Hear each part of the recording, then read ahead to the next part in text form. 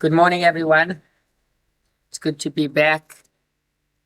And today we've got a very interesting parsha. We've got the Parashat Mishpatim. And the Parashat Mishpatim leads us to a very interesting topic that has to do a lot with what we are dealing with today. Not only specifically today in terms of what's happening with the war, but today also in our day-to-day life. And that is the topic of morality. Another way to describe it in Hebrew, it's called humaniut. Maybe the word in English is humanism or something like that. That we will discuss today in length. What is Parashat Mishpatim? What is our parsha all about? So last week we read about Matan Torah, about Hashem giving us the Torah. And in our parsha, we are adding to what was given to Moshe Rabbeinu, and the Torah goes on to describe many laws that we are obligated to do. There is one thing that is in common with all of these laws. And that is that they all make sense very much. There are three types of mitzvahs that we have in general. One we know as Mishpatim, one is known as Chukim, and Edut is the third type. What is the difference between these three types of mitzvot? So the mitzvot of Mishpatim are translated as laws. The laws of the Torah. They make sense, they are logical. Sometimes we would even come to them out of our own accord. Does anyone have an example to such a mitzvah? Thou shalt not murder. Very good. The idea that a person should not murder. That's actually brought down already in the previous parsha in Aseret HaDibros themselves. We'll speak about that as well. In our parsha, for example, does anyone have? Theft, right. And that's a very good point, because in Aseret HaDibros it speaks about stealing a human trafficking. So that is something else. That's not the regular theft that we are referring to. So that's another mitzvah that the Gemara itself says that if the Torah would not command us to do, we would anyways do it. Why? We would learn it from ants. Ants, they work very, very hard, and they do not take, you can see them from time to time, right? They take these small crumbs and they use it for whatever it is, store it, build out of it things. I don't know what they do exactly, but they do not steal from anyone else. So we would do the same. Modesty, the Gemara said we would learn that from, yeah? Kittens, very good. Yeah, because kittens are modest. And we would learn it from them. So we can see that a lot of these mitzvot, they make total sense. And it's not only the Jewish law, but these are laws that are accepted worldwide. In our parsha, again, we've got all the laws of the Shomrim. If someone saves something for you, what is his obligation? Does he owe you something for that? What happens if it's lost? What happens if someone steals it? What are my obligations if I'm paid to keep your items? In that case, perhaps there is more of an obligation. Those are all written in details in our parsha. So our parsha is a parsha that perfectly makes sense. These are the mitzvahs. Eidos, the mitzvahs of Eidos are signs. They are signs that, this is a Jewish person. Why? He keeps Shabbos. He celebrates the holiday of Sukkot. He celebrates the holiday of Pesach. Those are the Eidot. The Eidot are mitzvot that don't make sense 100%, which means I would not do them out of my own accord. But since the Torah told us to do so, well, in that case, it does make sense. There is a logical basis to those mitzvot. So we wouldn't come up with them by ourselves, but we definitely would understand, and we could explain them to someone else. I remember going in Central Park offering people to shake the lulav and esrog, and some Gentiles asked me, well, what is this? What are you doing with such a nice, beautiful buffet of flowers? So I explained to them, and it totally makes sense. There are certain mitzvahs that don't make sense at all. And we know them, they are called chukim. Chukim is the third type of mitzvah. Those are mitzvahs that are totally because of Hashem's will and desire. There is no logic to them. There is no real understanding to them, which means even after the Torah itself tells us, well, you should spray on a person that was that came close to someone that dead, you should spray on him efer, ashes of the para aduma, and he would become pure, and the kohen would become impure. Now go explain that to someone. Or generally the laws of impurity. Go explain that to someone. Those are chukim. Even after the Torah tells us you should do so, they still don't make really sense. And that is something that we would find very difficult explaining to people around us. Okay, so these are the three types of the chukim, and our parsha is three types of the mitzvahs: Mishpatim, Eidos, and chukim. And our parsha speaks about what type of mitzvah? Mishpatim. The mitzvot that are totally logical, that they totally make sense. And this leads us to the following question. First of all, we know that if you have a certain law case, you have an argument with a neighbor, an argument with the landlord, an argument with someone that caused you damage on the street, whatever it might be, so you are obligated to bring the case in front of Beis Din, and not in front of court. Not in front of civil court, but in front of religious court. And why? So this is the source to that is our parsha. These are the laws that you should place in front of them. In front of them means in front of a Beis Din, a religious court, and not a civil court. So the proof to that is from our parsha. Why? Why is it so important to bring your case in front of a Beis Din? What's wrong with going to civil court? Do they judge some different way, some weird way? Do they believe in idols when they are judging? No. At civil court, it's like any bet mishpat. It's just not a rabbi that learned smicha. It's a judge that learned law. You know what? Sometimes you might even find identical decisions that the Beit Mishpat decided exactly like the Beis Din would decide. But Well- not consistently. Sorry? But not consistently. What do you mean? If they don't understand Jewish law, then they can't judge many cases Right. that are based on. But let's say you have a case that is just an argument between two neighbors about a certain property.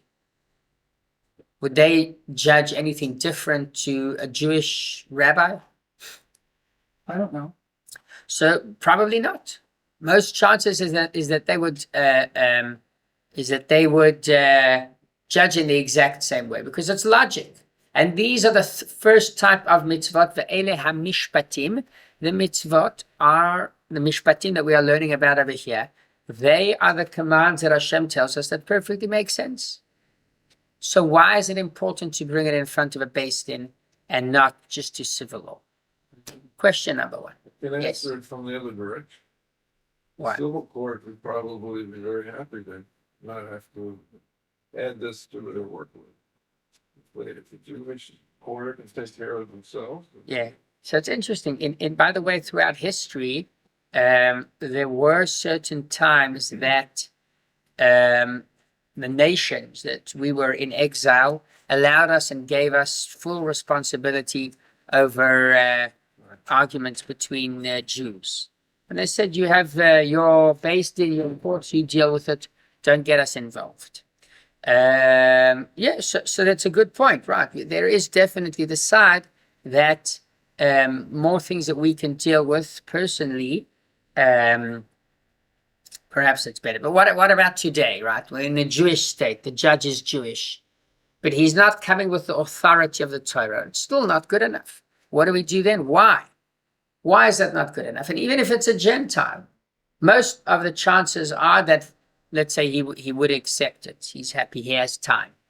He would judge according to common sense, according to logic, according to the basis that they have. Well, what's the ultimate, how far can a base thing go in a secular or a non-Jewish country? It's a good question. There was a rabbi, actually, sorry. Can we send them to jail? Right, that's a good question. So there was a rabbi that came to Israel. He was here for a year with his family and he was studying in the university, in the Hebrew university, busy doing his doctorate about the correlation between civil courts and Jewish courts. Chaim Cohen. He spoke here on Shavuot. You remember exactly. Right. So he completed his mission. Good memory.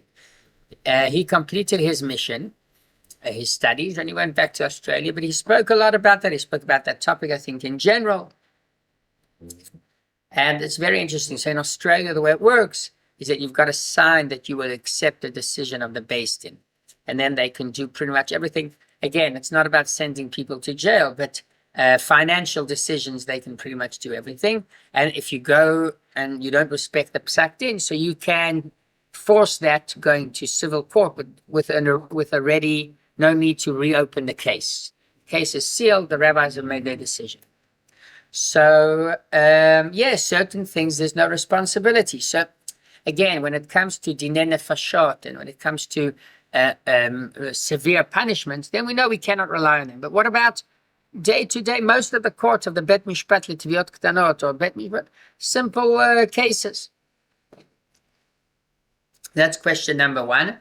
There is another idea that it says Ve'ele HaMishpatim. What does Ve'ele HaMishpatim mean literally? If we would open the translation, we would see Ve'ele HaMishpatim means? These are Okay, these are the laws. These are the laws, but there's something else also. Ve'ele. What is the vav? And these are the laws. Ve'ele HaMishpatim, and these are the laws. So we might not really think that that's significant, but if we think about it a moment, it's very interesting because and these are the laws means we are adding, so there's no need to put a dot or a comma. We are adding to the previous parsha. What was the previous parsha about? Matan Torah. So Moshe Rabbeinu is giving Am Yisrael the tablets, and he's telling to them, and these are the laws, which means not only that you should accept what I told you, giving you the tablets, but here is a bit more of information about it. Why do we need to connect the two together? Why do we need to bring the additional laws as well? Is it not enough what you told us in the tablets? Is it not enough the idea of the abstract part of the Torah? Why do we specifically add logical commands to something so holy? Shalom, welcome. And this raises another question. We got the tablets. There are two sides to the tablets. What is the difference between one side and the other side? One is In the positive, mitzvahs. one's negative. Once There's a mixture. Some are positive, some are negative on both sides. man and God versus man and man. Yefé me'od.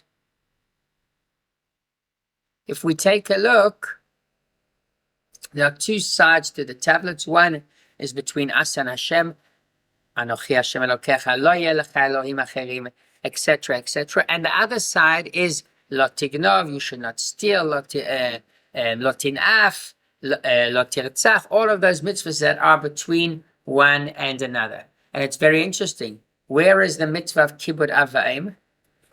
First side, exactly. That's the last command of the right side. Why? Kibud av va'em is not between Sure, one and his parents, and that's it. surely, It is. surely. So why is it on the side of the mitzvahs that are between us and Hashem? There's a family, a bride, groom, and Hashem. Oh, Hashem is also part of the marriage. That's the idea, right? Because he's the one that brings life, that gives life to the second generation. So when we respect our parents, part of that is also respecting Hashem. So why are we speaking about the tablets and about the previous parsha? Because it's very interesting. Hashem performs a huge miracle, and Hashem gives us the Torah with his voice. But nevertheless, and he uses sapphire, a very expensive gem, precious stone, in order to give us the Torah. And what does he write over there? So some of the mitzvahs are basically, I can understand why Hashem wrote them. But others, even the Buddha believes not to steal, not to kill, not to lo tin'af, lo tachmod. So these are things that are common, they are civil laws. Why does Hashem say, this is what I want to give to you? He could have brought there the mitzvah of Shiluach HaKein. He could have spoken there about the Yomim Tovim. That's what's special to Jewish people. That is our advantage. That is our chiddush. But nevertheless, he decides to bring basic, fundamental laws. And it's not that it was for the Gentiles or for the nations around us. No, it was for us. Why? That is the second question. Has anyone here heard of Rega Shel Shtika, a moment of silence? In the schools in New York, there used to be the Rebbe Rayatz pushed a lot to do this. This is the previous Rebbe that arrived in 1940 in the United States. And he pushed a lot for the public schools to have a moment of silence every morning. Now, in America, mixing state and religion is oy vavoy. You can't do that. Which means you can't have a public school that practices a certain religion. There's release time every Wednesday. I used to go when I studied in 770. We used to go, I think it was PS 220. We used to go and we used to daven with them, learn with them, teach them the basic principles of Yiddishkeit. Right? Because in public school, they had no experience. We needed to convince the parents that it's something that's worthwhile, etc., etc. So what the Rebbe Rayatz started pushing, and the Rebbe also pushed this a lot, is that even though we do not mix religion, think about God for 1 minute every single day.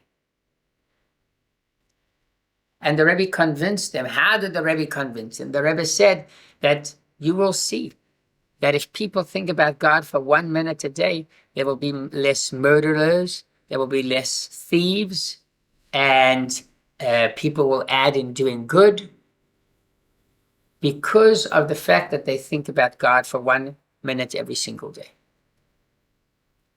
And here we understand that there is a deep, deep connection between understanding that there's an authority higher than us, above us, a creator, and our behavior. And this is the topic that we started off, that we asked at the beginning, the idea of morality. Right? Some people, they believe in the human race, which means they believe that we are responsible enough for our behavior and for our actions. And we don't need anyone telling us what is right and what is wrong, what we should do, what we should not do. We know there's common sense. A person shouldn't go and steal. Why should he not go and steal? Because there's a creator that told them that in my world, don't steal. No, there's no need for that. We understand ourselves not to do so. We know out of our own accord that it's not something that is permitted. We don't need anyone to tell us that. By the way, this position is very comfortable because we like to feel in control of our life. I know what to do. I know what's right and what's wrong. I'm not a little child that needs to be told. So this is what we might think and what we might believe. And here, this in general, this, by the way, I used to go to Mitzrayim every Friday to Manhattan, sometimes to Manhattan, sometimes to the Bronx. And I remember there was this guy that every time I knocked on his office door, he used to come out. He was pretty polite. We used to have a conversation, but he said he's a good person. He doesn't want to put on film, but he's a good person. He volunteers. He donates to charity. He's a very good person. Now, it could very much be so. He's a good person, but the point that he said is he doesn't need a God to instruct him and to tell him what to do in life. He's a successful man. Did he build his success based on believing in a God? He says no. He worked very, very hard. He believes in his human values, and that's it. So are human values strong enough? Can we rely on human values, or perhaps it's not enough? That is our Where do human values come from? Sorry? Where do human values come from? Okay, so that's another good question. So the Gemara says that you can find them within nature. For example, so some people say human values themselves that we live according to are based on religion. They're based on God.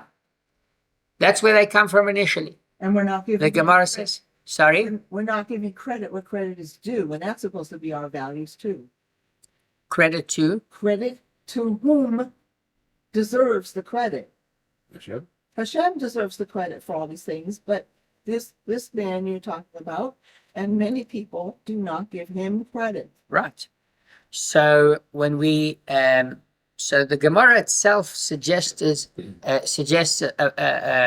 that nature itself can teach us these values. And the Gemara says that without the laws of modesty, we would learn that from cats. Without the laws of theft, we would learn it from nemala, from an ant that takes her piece and does not take from any other ant. And they work very, very hard. So perhaps there is such a way to say, you know what? Maybe the laws wouldn't be exactly like we are today. But maybe there is a chance that we would have laws that are pretty accurate, or not to kill. Will be something that the moment we kill, so then no one will have a life to rely on. We wouldn't be able to rely on ourselves. We wouldn't be able to respect others. But yes, definitely today, we're dealing with a society that has engraved in it already the laws of Hashem. That's what we're dealing with. Yes, Sofan. I think you can count on human beings for these basic things we're talking about for two reasons. Number one, there's plenty of people sort of a lot of doing terrible things. So that Sorry, many people that? we're following 613 commandments and do terrible things. Right. So that doesn't guarantee anything.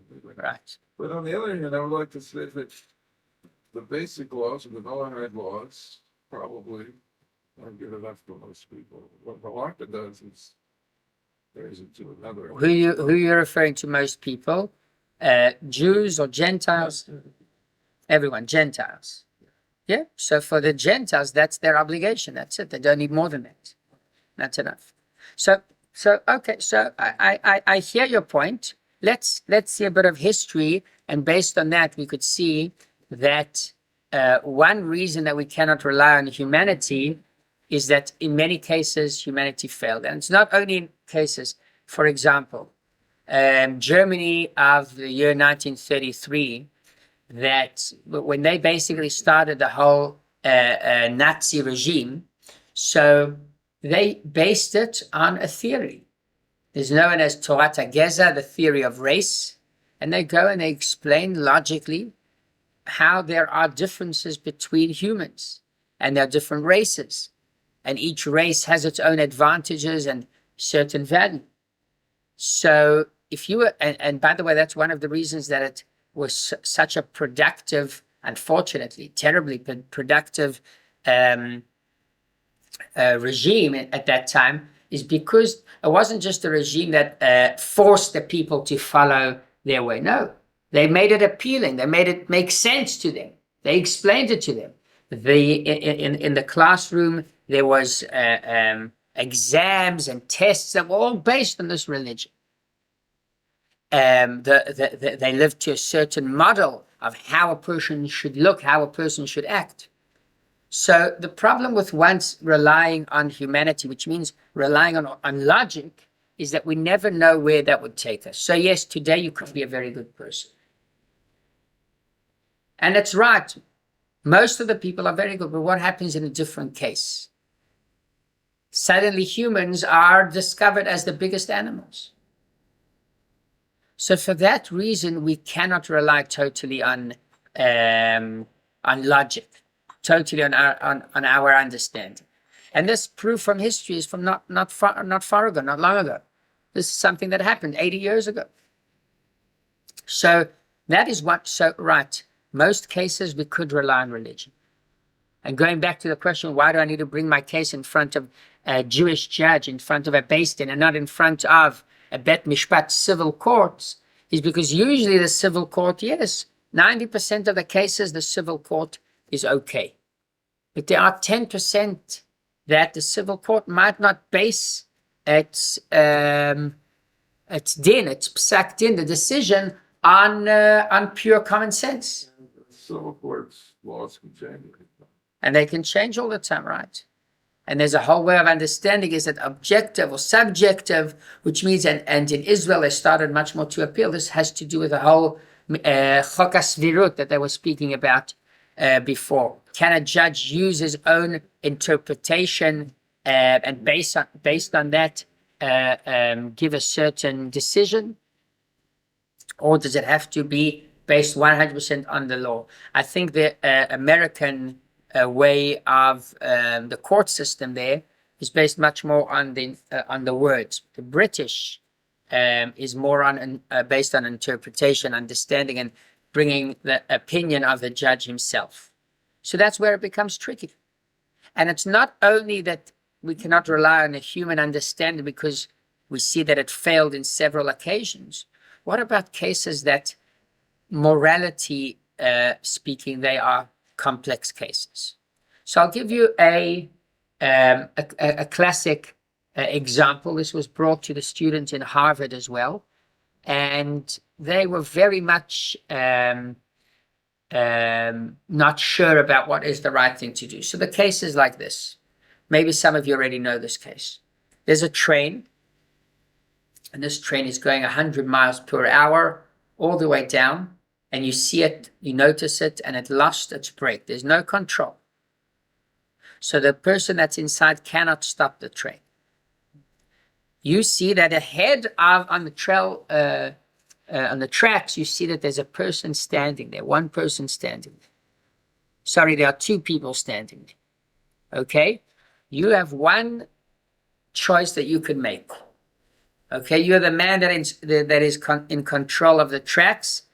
With one decision, you can press a button and it would move the train to a different track and it will kill one person. Okay, so there are two people standing on the tracks. The train has lost control, it's going down. You cannot stop the train. You can do one thing, you can move it to a different track, but by moving it to a different track, you will kill one person. What do you do in that case? Or anyone else? One person here. Sorry? If I'm the one person here, I would say, well, Let it go and kill the other two, right? Okay, let's say you're not the one person. let it go. You are objective. Okay, let it You go. would let it go, but you would be killing two people by letting I'm it. not killing people. Sorry? I'm not killing people. Circumstances there. Right, okay. Two So people, but That's a good point. But you have the ability to move it to the other side. So maybe you are killing two people. It's a tough question. Sorry? I think I would done. You were done. Oh, Yeah, that would really that's the help. best solution. Try to get. Wouldn't help. Get it sucked in from God. Yeah, but One or two people Okay. would have died. Yeah. Less, maybe miracle. Yeah, we need a miracle in that case. Right? But let's say again, what do we do according to the Torah? So this is an example to a case that morality doesn't have a clear answer. Right? On the one hand, there are two lives and there's one life over here. So we would think that we should favor two lives. But on the other hand, I'm not actively killing those two lives. I am actively killing one life. So what should we do in that case? And by the way, there are these questions in halakha as well. So the point is, and soon we'll speak about the answer, but the point is it's not only that we cannot rely on our minds. Our minds could be perfect, but there are cases that the case is too complex, that we just don't know what to do without the Torah. Soon we'll see why is the Torah such an important player in this case. But in What this gives the case, Torah? You're talking about how much time do we have to go look it up? Okay, let's say, let's say, I'll give you another case that is an example that the Torah itself speaks about. Okay, people are surrounding a city. Now these people are enemy, and they say to us, you've got two options. Or you bring one person out and you give it to him, you give him to us and we kill him, or we kill the entire city. And there are many cases in the Holocaust that they did similar things, right? The rabbi, they told him, bring us the rabbi. If not, we kill the entire, if not, we kill 10 Jews every single day. Usually when the rabbis heard that, they went by themselves to the Nazi. But sometimes the rabbis didn't hear and the people kept it a secret. They didn't want the rabbi to hear. What do we do in that case? So these are all very tough moral questions. So I'll tell you what the Rambam says about that. The Rambam says that you're not allowed to give one person to save the rest. Unless there's one case, unless they specify a name, and that person is obligated to die in any case. Let's say you know that this person is a Mechalel Shabbos. So he's already obligated to die. Well, in that case, you are allowed to, and you just don't have the authority to do it, you are allowed to give him and hand him over to the enemy. But otherwise, even if they kill the entire country, and you know that they will be able to do it, like the Nazim, right? The Nazim had no problem taking 10 people and killing them. But the law is that you are not allowed to do so. So why, first of all, this is where we need the Torah, but why do we need the Torah? Who says that this is the right decision? The Torah is not just a script of commands that tell us what to do. It says, Istakel ba'iraisa ubara alba. The Zohar says that the Torah is the master plan of the world. The master plan of the world in the sense that it defines what is the world, what is right, what is wrong, what is the purpose, what is the meaning behind every single thing. In other words, to bring it a bit extreme, why do we have a left arm? For us to put on tefillin. It's not the opposite. It's not that we have an arm, so Hashem said, well, what should you do with your arm that I created? Oh, let's give you a mitzvah, put on tefillin. No. The Torah is the ikar, the Torah is the engine of the world, and the world is a result, it's a reflection of the Torah. That's why the Rabbi always told people that if a person keeps the Torah, that's healthy life. People that told the Rabbi, I have a struggle keeping this and that mitzvah. It's not healthy for me. We said it's impossible, right? When people have certain natural attractions, such as to the same sex, right? So in that case, a person says, it's not healthy for me. The Torah's command is against my natural desires. It's impossible. The Torah is the healthiest way to live a good life. The Rebbe says once a person does not keep Torah, it's like taking a fish out of water. So the fish could live maybe a bit, but it's not the natural place that a fish lives. So for us in our life, the Torah, and that's why we feel such harmony when we keep the Torah. Without keeping the Torah, so there's like something missing in life. When we keep the Torah, we feel a connection. We feel a bond. So this is explanation number 1 to the idea of the mitzvahs that we have. Going back to the question that we started off with, why is it important to bring the case in front of a Beis Din? It's because the Beis Din has the Torah, which is the real authority over even mundane activities. And going back again to Mount Sinai, why does Hashem put in the tablets, the holy tablets that were kept in the ark forever, such basic commands such as not to kill and not to steal? That is simply because without connecting it to Hashem, there is no guarantee that we will observe it. Could come a time that a person will say, well, in this case, I'm going to be like Robin Hood. I'm going to steal from the poor and I'm going to give the rich. Am I allowed to steal from the rich and give to the poor? Thank you. Am I allowed to do so? Maybe if you would ask someone objective, he would say, yes, the rich, they have too much. Or the rich really want to give to the poor. They just can't find them. I'm going to do the favor and I'm going to transfer it. The Torah says no. This person is very, very rich and this person is poor. He doesn't have nothing to eat. That's not for you to decide. There's a recipe to the world. The world was created by plan. And that is the Torah. So we cannot fully rely on our logic. And that's back to that question as well with the train. So yes, the Torah says you're not allowed to move the train. You're not allowed to move the train to save those 2 people, because by that you are actively going and killing 1 person. 2 people, it's not you killing them. It's the train that is killing them. You're not preventing it. That's something else. But you cannot go and kill some. And by the way, one of the reasons is because we do not know the value of 1 soul compared to 2 souls. Or we don't know the mission of 1 soul compared to 2 souls. Maybe those 2 people completed their mission in life. That's it. And by killing them, it's not you, it's Hashem. But that person there that you're going to actively go and kill, you're changing his purpose in life, his mission that he maybe did not accomplish. This, by the way, it's not such a simple answer. Again, ethics, morality, all of these things, there are doctors that study this field, or basically also according to halakha, what do you do when it comes to a patient? By the way, also when it comes to keeping people alive, even though there's no chance, right? Like a tzemach, like a vegetable. So he's not, is he alive? Is he not alive?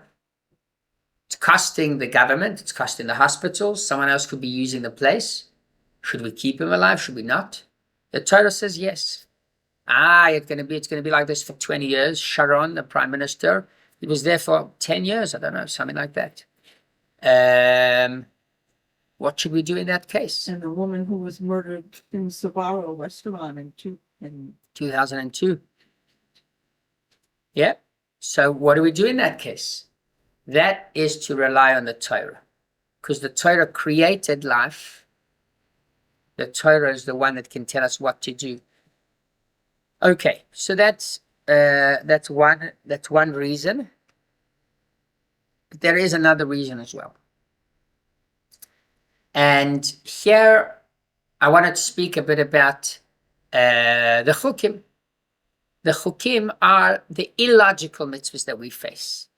The illogical mitzvahs that we face are, for example, the laws of purity and impurity. Other laws such as shiluach hakein. The idea of shiluach hakein, which is basically to chase away the mother bird and to take the eggs or to take the little babies.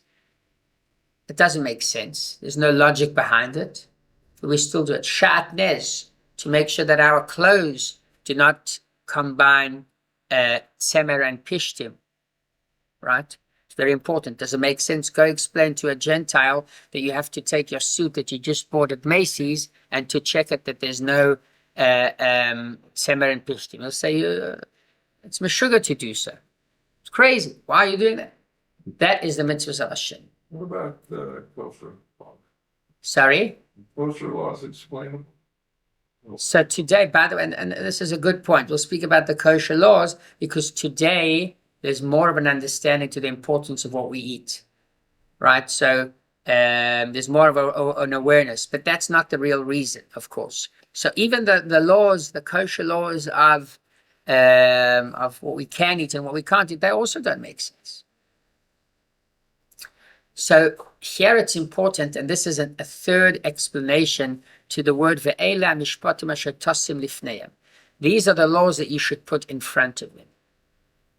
The laws that we should put in front of them means lepnimiyutam, according to the Alter Rebbe's explanation, to their pnimiyut. Make them, excuse me, I've got to just, hello? Ken?